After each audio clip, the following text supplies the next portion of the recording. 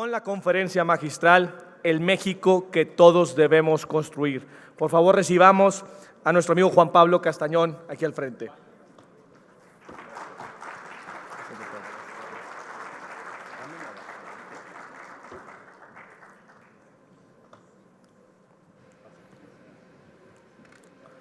Para dar inicio a esta importante conferencia, le cedo el uso de la palabra a nuestro presidente Ricardo Zaragoza para que le dé la bienvenida al actuario Juan Pablo Castañón.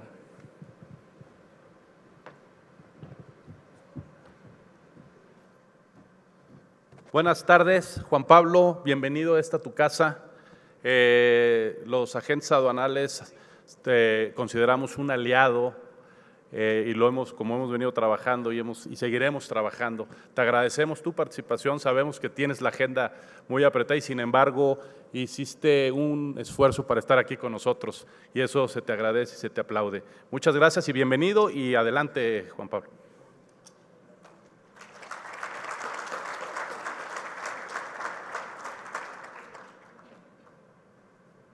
Muchas gracias, Ricardo. Muy buenas tardes a todos. Me ha pedido, Ricardo, una presentación sobre la agenda del sector privado, los retos que tenemos y las perspectivas que tenemos en los próximos meses y años. Y he dividido la presentación en un breve análisis de la situacional y después, hacia el final, iré abordando los retos y las circunstancias actuales. Pero con mucho gusto para nosotros en el Consejo Coordinador Empresarial es muy importante estar con CAREM en esta ocasión, con nuestros aliados empresarios de la logística, con nuestros asesores para poder tener comercio internacional y esta creciente conectividad de México con el mundo, que es un camino de apertura que no debemos dejar, ni siquiera debilitar, sino que por el contrario, fortalecer. Por eso, en primer lugar, quiero compartir cuál es la situación que vemos en el país, qué avances hemos logrado y en qué creemos que debemos de proteger lo que ya hemos logrado para seguir avanzando, reconociendo también los retos que tenemos y que debemos enfrentar en los próximos años e irlo resolviendo en la agenda. Y finalmente, esta agenda de cambio implica también esfuerzos desde el sector privado en los cuales tenemos que trabajar en conjunto con miras a un equipo de transición y a un nuevo gobierno a partir de diciembre y una conformación de las cámaras, una situación sociopolítica importante que con la cual debemos de trabajar. Pero permítame hacer esta reflexión de cómo estamos. En las últimas 3 décadas hemos tenido avances significativos. Pese a los retos que hemos enfrentado, seguimos teniendo retos. Hay que reconocer que en México hemos alcanzado importantes avances en las últimas 3 décadas. El número de estudiantes en el sistema educativo creció el 40%. El ingreso medio de los mexicanos se ha quintuplicado en las últimas 3 décadas. La esperanza de vida aumentó 6 años, incluso está por encima del promedio de los países de América Latina y del promedio global. La mortalidad infantil disminuyó en un 75%. Gracias a la estabilidad económica, hemos avanzado en solución de problemas sociales, aunque aún tenemos retos importantes. La apertura comercial, que ustedes han sido actores importantes para esta apertura comercial, nuestras exportaciones han sido el motor de crecimiento de estas últimas décadas. Uno de los grandes factores por los que hemos podido aumentar el bienestar de millones de familias, sobre todo en el centro y el norte del país, ha sido nuestra apuesta por este modelo de apertura comercial, cadenas de valor, inversión extranjera combinada con inversión mexicana. México en estos años ha apostado a este modelo de apertura en la libertad de los mercados, uno de los países más abiertos del mundo, Y si bien tenemos un reto de concentrar con Estados Unidos el 80% de nuestra apertura, tenemos hoy el reto de la diversificación. Pero hemos demostrado en este modelo la capacidad que tenemos de producir bienes y servicios de calidad competitiva y conquistar mercados globales. Incluso en el contexto actual en el que estamos retomando la negociación del Tratado de Libre Comercio, que ha generado incertidumbre, México logró un superávit comercial en el 2017 con los Estados Unidos. Desde su entrada en vigor en el 94, las exportaciones mexicanas se han quintuplicado y ustedes son expertos en eso y lo han vivido. Por eso, México hoy se ha posicionado como una potencia exportadora. Somos el 11º país que más exporta en el mundo, por encima de economías como India, Brasil y Rusia, y nos hemos consolidado como una potencia exportadora de manufacturas de alta tecnología en la industria automotriz, aeroespacial, electroelectrónica. Actualmente, nuestro sector externo tiene relación directa con casi 3/4 partes de la actividad productiva del país. Hoy, las compañías que se dedican a las exportaciones o están ligadas a las exportaciones pagan salarios de 30 a 40% más que el resto del mercado. El 70% de nuestro Producto Interno Bruto se debe a nuestra relación de comercio exterior. También hemos visto un aumento importante en el número de empleos formales en el país. El número de afiliados al Seguro Social se ha incrementado de manera constante desde el 2015. Durante el sexenio del presidente Peña Nieto, hemos crecido en 3.4 millones de empleos formales y tan solo en el cuatrimestre del 2018, en este primer cuatrimestre, se han creado 455,000 empleos, una cantidad importante para la economía mexicana. Y sabemos que esta tendencia debe de continuar, pues la mejor forma de salir de la pobreza, de elevar los niveles de bienestar, es con productividad y es a través de la formalización de la economía. A pesar de la incertidumbre que hemos vivido en los últimos años en Latinoamérica y en particular en México con la negociación del Tratado de Libre Comercio, seguimos siendo atractivos para la inversión extranjera y estamos mejorando las calificaciones de las calificadoras por la disciplina fiscal, aunque aún podría mejorarse. Brindamos seguridad tanto a inversionistas mexicanos como extranjeros y se reflejan las calificaciones de Moody's, de las distintas calificadoras que ahí las tienen ustedes. Pero a pesar de los logros seguimos teniendo grandes desafíos. En primer lugar, el desafío más importante hoy en día es que necesitamos concretar la negociación del Tratado de Libre Comercio. El día de mañana, los ministros de los 3 países se vuelven a reunir y esto significa la necesidad y la posibilidad de llegar a un acuerdo en principio. Les quiero compartir que en mi agenda personal no estaba ir personalmente a Washington. Mi agenda personal estaba quedarme en México atendiendo otros asuntos de la agenda del Consejo Coordinador Empresarial, pero el día de antier en la noche el secretario Guajardo me dijo que el día decisivo podría ser el viernes y que quisiera que estuviera todo el sector empresarial representado. Es decir, que parece que hay la posibilidad de encontrar resultados positivos o por lo menos una luz. Y continuar en lo que es el instrumento de libre comercio como un detonador de inversión, de comercio, de empleo en beneficio de los 3 países. Principios fundamentales que no podemos soslayar. La modernización debe buscar adaptarse a un nuevo entorno que vivimos, que cambió desde hace 25 años a la fecha, en donde debe de incluir algunos sectores nuevos como el mercado energético y la economía digital, al mismo tiempo pues el comercio electrónico. Pero es a través de estas nuevas ventajas comparativas como podemos aumentar la inversión y el comercio. Necesitamos continuar con la trilateralidad del tratado,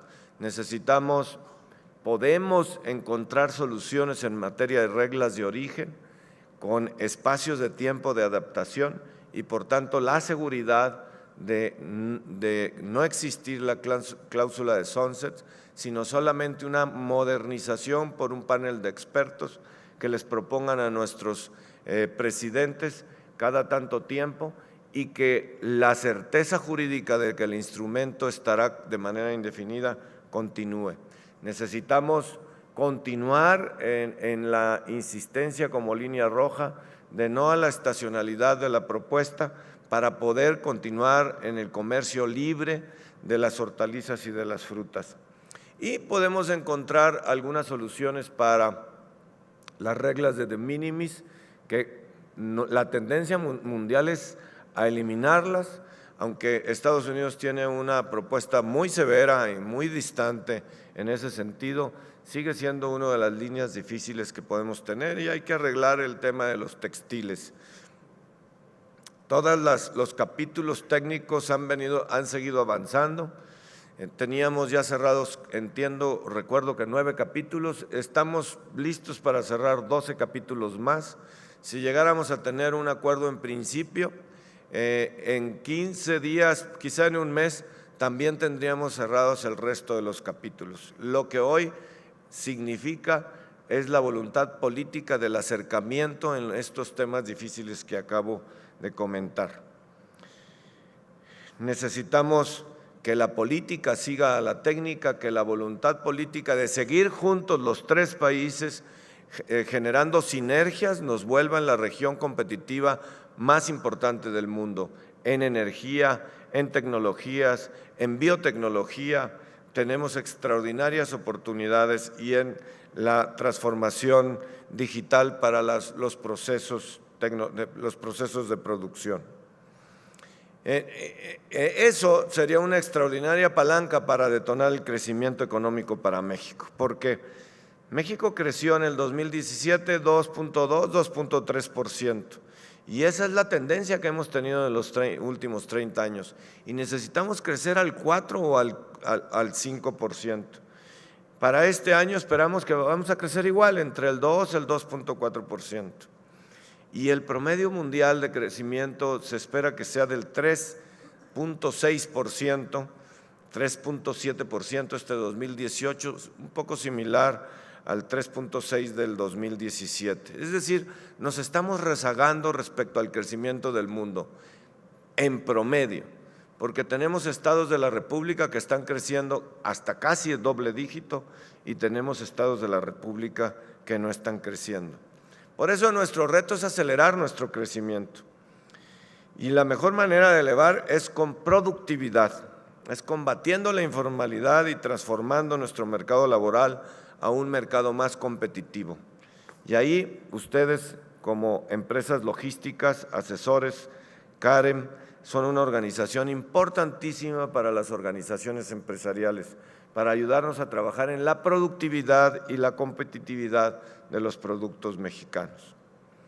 Porque tenemos que combatir la desigualdad para poder alcanzar niveles de crecimiento.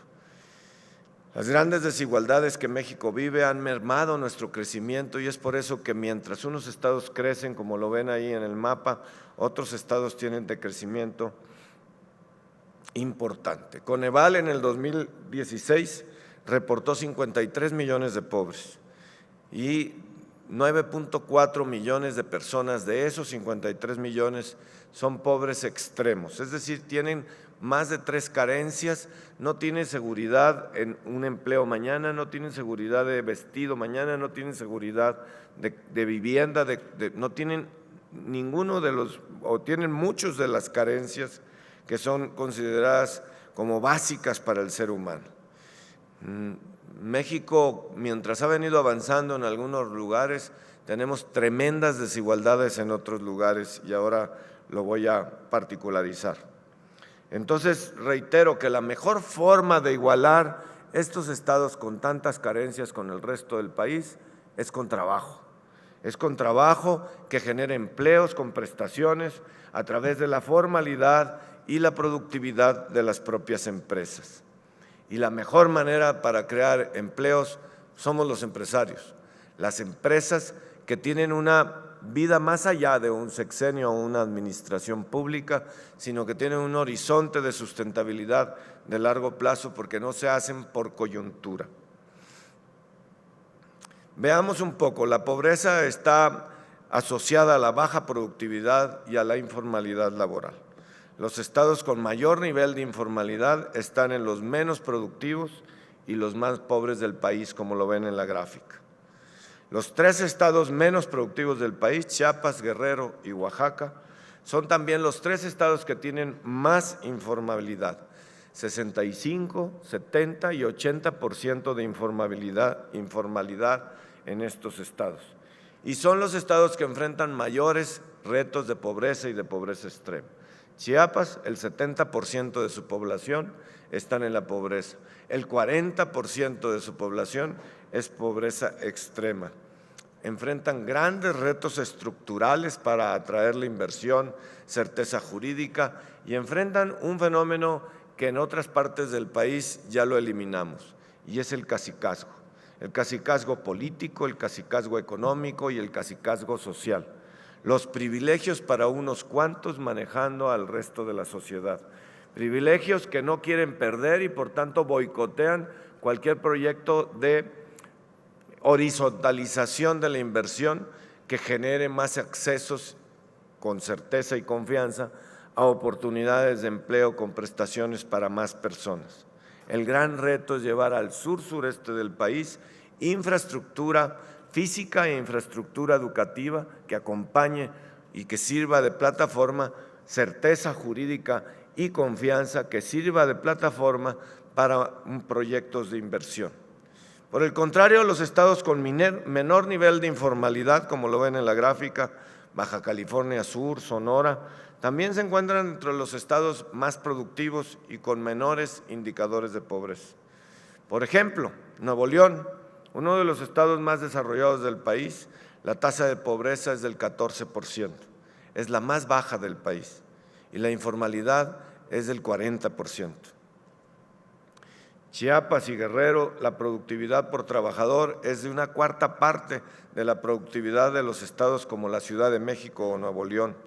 El índice de pobreza, como les decía, está por encima del 80% y así como teniendo 8 de cada 10 trabajadores en el sector informal. La desigualdad no cambiará si no transformamos el modelo de crecimiento. Las entidades con mayor y mejor desempeño económico están reduciendo la pobreza y multiplicando su ingreso de manera sostenida durante los últimos años. Apenas sur-sureste contribuye con el 4.5% de desempeño económico de todo el país, mientras que los estados más desarrollados contribuyen con una cuarta parte del Producto Nacional. Por eso la apertura económica ha traducido en bienestar para mexicanos en los 5 estados que más exportan. Y ahí es donde la pobreza se ha reducido notablemente en los últimos años. Ese es el modelo. Ahí tenemos que continuar y tenemos que insistir. Y el curso de acción necesario para cerrar estas brechas es potencializar la mano de obra de manera que con competencias y habilidades cubran las necesidades del mercado laboral y se adapten a un cambio tecnológico.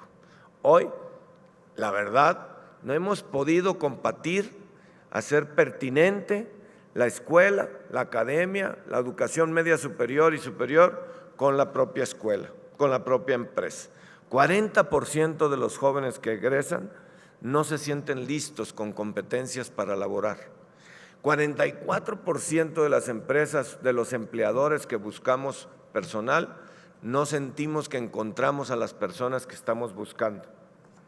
7% de los egresados de educación superior son de carreras técnicas y necesitamos más técnicos, lo cual nos llama mucho la atención si tenemos en cuenta que el 80% de los empleadores en México requerimos personal con formación técnica para que se incorporen a las empresas. Además, a nivel nacional, 30% de los universitarios se concentran en 3 carreras: Derecho y Administrativas. Y aun y cuando el mundo y nuestra economía está cambiando importantemente en este lapso, continuamos en este tipo de carreras necesitando más ingenieros y más técnicos medios, porque la prioridad se encuentra en la productividad, en mejorar la calidad de la educación y las competencias de los jóvenes para que se incorporen a las empresas y las empresas se modernicen para su propia competitividad, que les permita subirse a cadenas de valor global. Y es por eso que tenemos que trabajar en productividad y todos los factores que esto significa.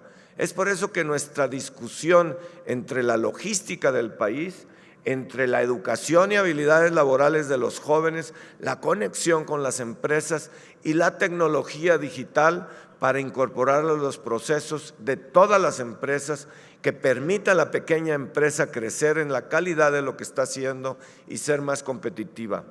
El 70% de los empleos en México la genera la pequeña empresa, y de la pequeña empresa solo el 20%, el 25% tiene una computadora y el 20% la usa, es decir, tiene internet. Los demás, no sé, a lo mejor archivan algo o ponen un florero arriba. Todavía tenemos mucho que hacer en llevar tecnología a las pequeñas empresas de nuestro país. Y tenemos que conectar al joven para que tenga las habilidades laborales para que se incorporen a las empresas. Y es por eso que hemos insistido en el modelo dual. Este modelo que permite que el joven tenga 1 o 2 días de la semana en el salón de clases y el resto de la semana en la empresa, y que con la comunicación entre el coach de la empresa y el coach de la universidad o de la escuela media superior pueda generarse las habilidades necesarias para la empresa y la transmisión de estas habilidades, incluso con una certificación una vez acabada la formación, que les permita pedir un empleo, si no es que se quedan en la empresa que les está dando esta capacitación. 80% se quedan en la empresa.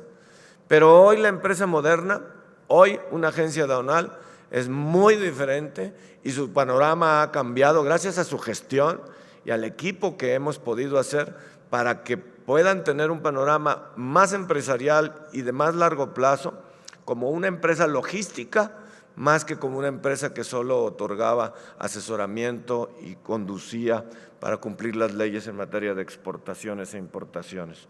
El futuro de la empresa aduanal es hoy muy diferente a la realidad de la empresa de hace 10 años. Pues así es el reto para la pequeña y para la mediana empresa en México.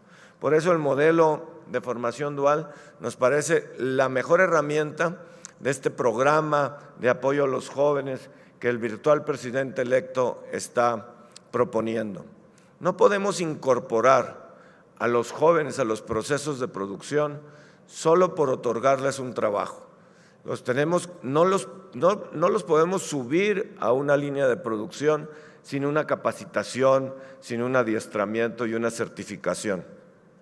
Evidentemente tiene que ser mediante un modelo que sincronice la capacitación con la propia empresa. Por eso nuestra visión es que tiene que la Secretaría del Trabajo hacer una coordinación con la Secretaría de Economía para que la figura del aprendiz se inserte en la empresa, y con la Secretaría de Educación Pública para que le demos capacitación, y que no nos pase como un programa aquí en la Ciudad de México, que en la realidad los jóvenes son apoyados con una beca, van a firmar y se regresan y no entran a trabajar a la empresa.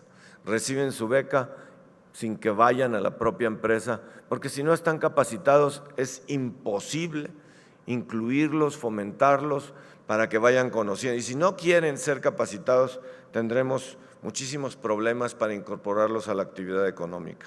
Por eso tenemos que insistir y seguir apostándole en el modelo de formación dual como una herramienta que facilite la inclusión de los jóvenes en las empresas, para que tomen ciertas experiencias con formación académica y rompan ese círculo vicioso que hoy tenemos, que muchos jóvenes no tienen trabajo porque no tienen experiencia y no tienen experiencia porque nadie les da trabajo.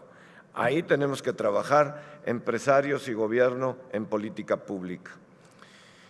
Y con esto no podemos quedarnos atrás en la cuarta revolución industrial, porque es importante que transformemos nuestra industria, sobre todo manufacturera, pero desde la microempresa, y que incorporemos las tecnologías digitales a los procesos y que nos permite que sigamos siendo prósperos, porque hoy en día la prosperidad depende cada vez menos de los recursos naturales que una nación tenga y depende cada vez más de los sistemas educativos, científicos, innovadores, del talento que una nación tenga. Por eso no es solo el hecho de tener más petróleo, o más reservas de agua, o más cobre, o más soya, o más productos agrícolas. Son importantes, pero sobre todo los países y las naciones que se pueden desarrollar son los que desarrollan las mentes, las personas, el talento. Y es la mejor forma de elevar el nivel de nuestra economía y de generar oportunidades para las personas, mejores oportunidades para las personas en los empleos con prestaciones. Si no le entramos como país a la industria 4.0, nos quedaremos atrás de tanta manufactura que hemos generado. Hoy somos el país manufacturero más importante de América Latina, exportamos más que toda América Latina juntos. Y en la calidad de empleo nos urge levantarla para poder adaptar nuestras empresas manufactureras a los nuevos tiempos. Si no lo hacemos así, empezaremos a perder el empleo como los vecinos del norte lo empezaron a perder, porque tiene que transformarse hacia las nuevas realidades de un mundo competitivo. Por tanto, el talento también tiene que transformarse y es necesario que México esté a la vanguardia en ese sentido. Estamos convencidos de que el futuro nos exige seguir mejorando nuestros métodos y técnicas de producción, revolucionando nuestras tecnologías y profundizando nuestros conocimientos. Por eso, Ricardo, los felicito de que en CAREM estén pensando en transformar sus empresas en empresas logísticas que nos den más allá de un servicio, nos den un asesoramiento de productividad que nos permita conectarnos con el mundo. Esa es la empresa del siglo XXI. Y nuestro principal reto está precisamente en que ustedes nos ayuden a acompañar y asesorar, a agilizar los procesos de la pequeña y mediana empresa. Nuestro principal reto está ahí, en las pequeñas y medianas empresas. Por un lado, son las que, usando mayores tecnologías, tendrán más repercusiones en su propia productividad y la generación de empleos. Pero desafortunadamente en México el uso de la tecnología solo la tienen en una buena parte las empresas que tienen 50 empleados o más, y estas son solo el 1% del total de las empresas. Por eso les decía, tenemos que meter más tecnología, uso y capacitación a las pequeñas empresas para que utilicen el Internet, utilicen más las computadoras, control de inventarios, facturación, formalización, eficiencia y productividad. En el Consejo Coordinador Empresarial queremos ampliar los beneficios del modelo, que nos parece que es importante, el de la industria 4.0 en los estados como Guanajuato, Nuevo León, Querétaro, para hacer de cadenas de valor pequeñas y medianas empresas que se incorporen a los procesos y que nos ponga en una tesitura de que la pequeña empresa hoy tiene condiciones de inversión, acceso a capital, posibilidades de acceso a tecnologías que les permita elevar su nivel y su certificación y subirse al mundo competitivo global. Por eso, desde el sector empresarial construimos una agenda que nos permite subirnos a una mecánica de propuestas y de trabajo del nuevo gobierno y los empresarios que nos permita vencer estos retos. En innovación, que nos permita en competitividad, que nos permita en capacitación, que nos permita en mayores conocimientos y tecnología y acceso tecnológico para las empresas y que nos permita contar con una base de seguridad, de convivencia pacífica, una base de trabajo en conjunto, sociedad y gobierno contra la corrupción para mayor eficiencia y afrontar así con mayor éxito los retos del siglo XXI. El día de ayer terminamos las conversaciones de esta ronda de Alianza del Pacífico. En la conversación está la urgente necesidad de las empresas mexicanas de la diversificación de nuestros mercados. Pero en la conversación internacional está el mundo viendo cómo México resuelve su modelo de apertura económica y diversifica los mercados. Pero con sumo interés, la Alianza del Pacífico, que tiene 4 estados, 4 naciones, que son los fundadores, Colombia, Perú y Chile y México. Hoy se incorporarán Singapur, Nueva Zelanda, Australia y Canadá, y hay 55 países que están de observadores que intentan sumarse a la Alianza del Pacífico. El día de ayer estuvieron los presidentes de Brasil, el canciller de Argentina, los del Mercosur, Uruguay y Paraguay, con el interés de sumarse, con la fuerza que tiene la Alianza del Pacífico. Y si comparamos con volumen de exportaciones, la Alianza del Pacífico significan 15 días del año de lo que significa el comercio del Tratado de Libre Comercio.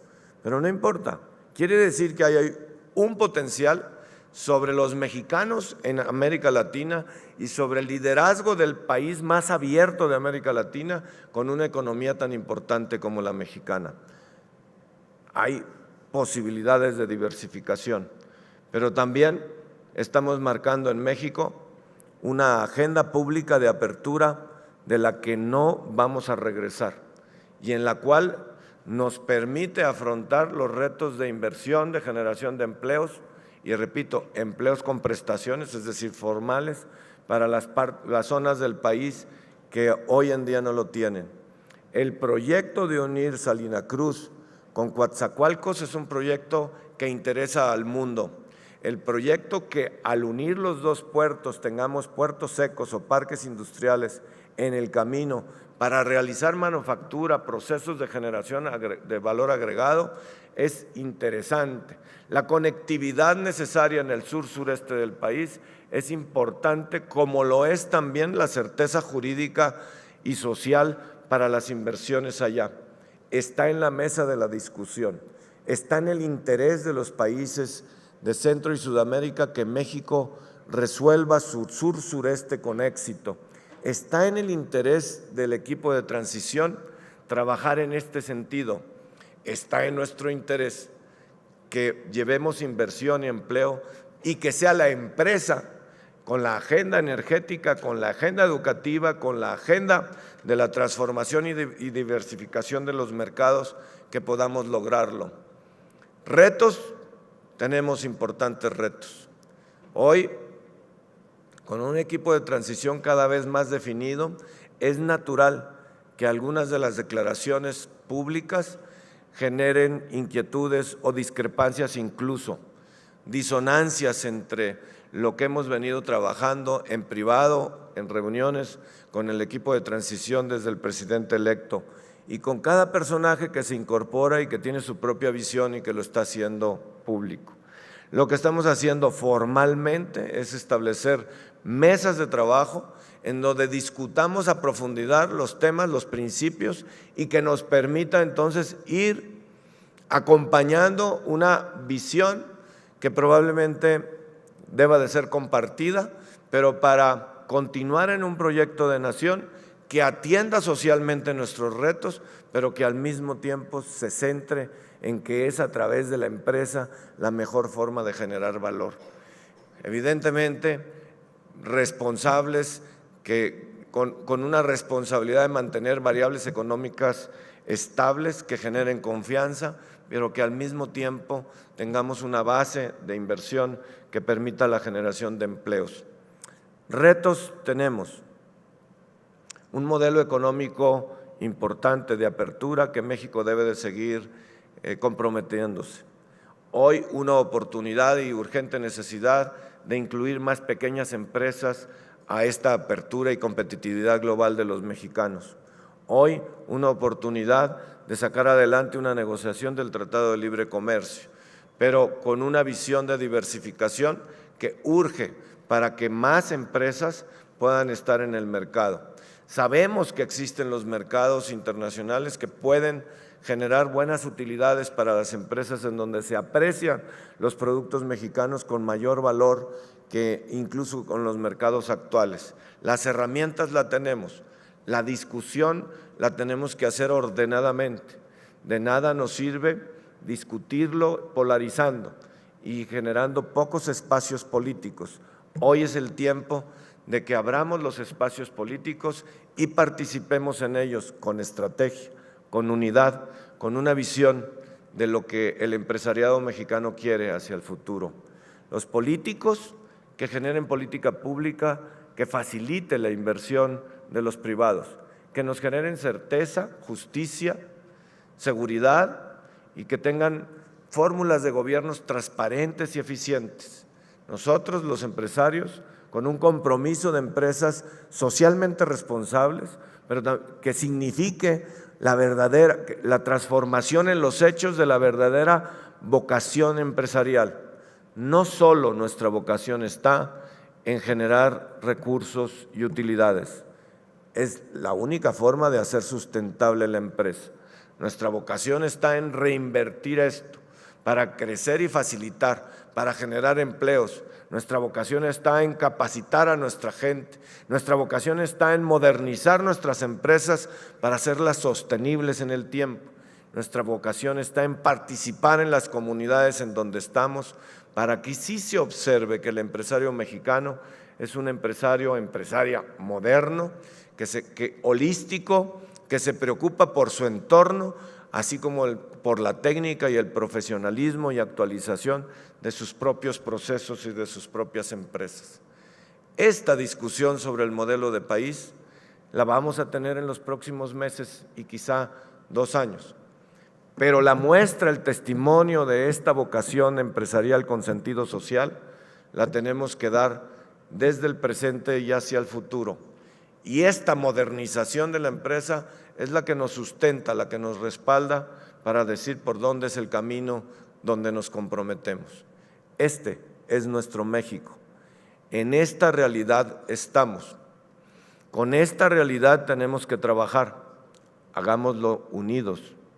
No nos preocupemos, los caminos de solución los tenemos enfrente, siempre y cuando los principios básicos de la empresa, de la unidad, de las organizaciones empresariales, de las sinergias y el trabajo en conjunto, nos pueden llevar a tener éxito sin desviarnos del modelo de compromiso que tenemos todos nosotros. En ese sentido, Ricardo Gallo, es lo que quería compartir con ustedes el día de hoy. Y yo les reitero que desde el Consejo Coordinador Empresarial vemos a la CAREM una organización de empresa moderna que ha sorteado múltiples retos en los últimos años y lo han hecho muy bien. Y en esta nueva modernización que se requiere con oportunidades, con la nueva ley que por fin salió y que permite esta modernización de largo plazo de la empresa logística, pues los felicito y me felicito, porque estoy seguro que así modernizaremos México. Muchas gracias.